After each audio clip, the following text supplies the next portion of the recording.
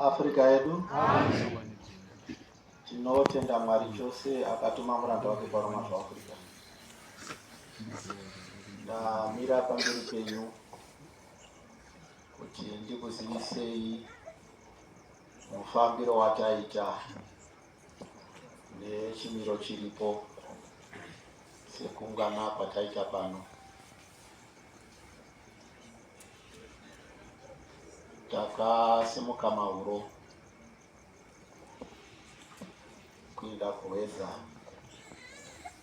mushure mekunge tafonerwa namuvhangeri Mboko anova ndiye akakurumidza kusvika pakaitikira tsaona ichangobva mukuitika,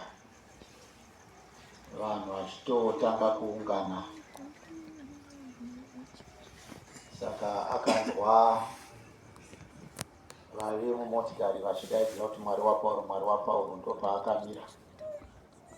Ndokubva maBishopu vamudaidza kuti muvhangeri Mboko, tibatsirei.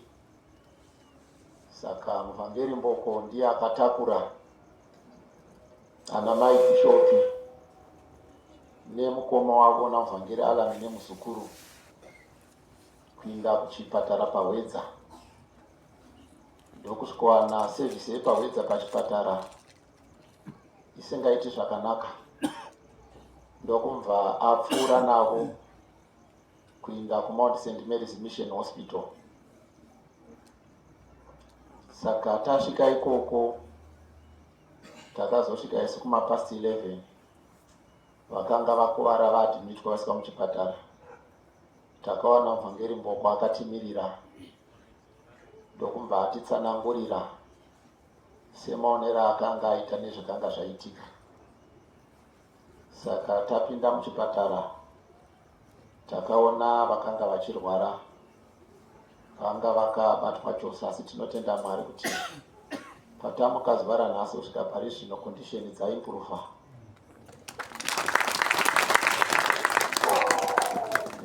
Uyu muvhangeri Alan atodischargwa kuti kukuvara kwaakaita kunongowo kuzvimbasa, haana fracture yakaita. Uye kondisheni yamai Bishopu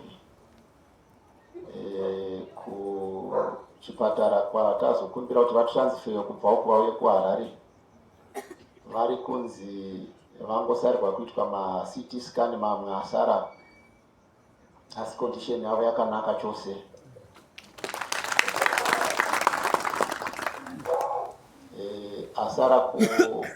Anga asara kuatendwa kuti aitwe masikani mukoma wamai Bishopu dangwe mumba mavo, asi kondisheni yake iri pakanaka. Saka tinotenda Mwari akavarwira. Muzukuru waanga vainaye adischargirwa kuMount St. Mary's kuWedza. Angonzi muviri wake kuzvimba bedzi nekungokuzvuka kwaakaita, asi General Secretary ndo vakashayikira panzvimbo pakaitikira tsaona. Saka nokudaro mangwanani kusvika kuma11 tatapedza kugadzirisa matsamba ose anodikanwa. Saka chazotinonodza kufamba kuuya ndevenyaradzo nekuda kwezvikonzero zvekumabasa kwavo. Saka takwanisa kutora mutumbi na 10 minutes to 6 tichiuyisa motikari yenyaradzo. Saka tazoparadzana nemotikari yenyaradzo pamarobots anoteera epana Southampton apo, ivo vaakupfuurira kuinda paWillow Depot tichiuya kunokumba. Chimiro chiripo neurongwa huripo ndewekuti tamirira kudischargwa kwamai Bishopu, tichimirira kuti namufundisi Simon Juru ari kubva kuCape Town South Africa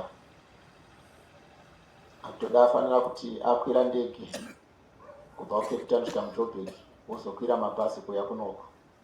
Saka kusvikawo mangwana zuva rodoko anenge achisvika.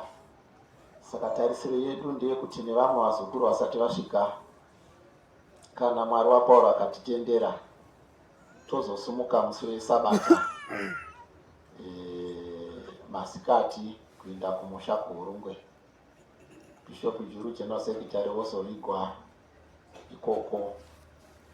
Uye tinotenda Mwari chose musi wesvondo kuti kubva Mauro tanga tina Bishop Javangwe naBishop Chiome namufundisi Tatire, uye mangwanani kusvikira zuva rodoka taswera tina Prisita wedu Bishop Ngondeti vati Mwasha, tazoparadzana navo vakusimuka vachidzoka zuva rodoka.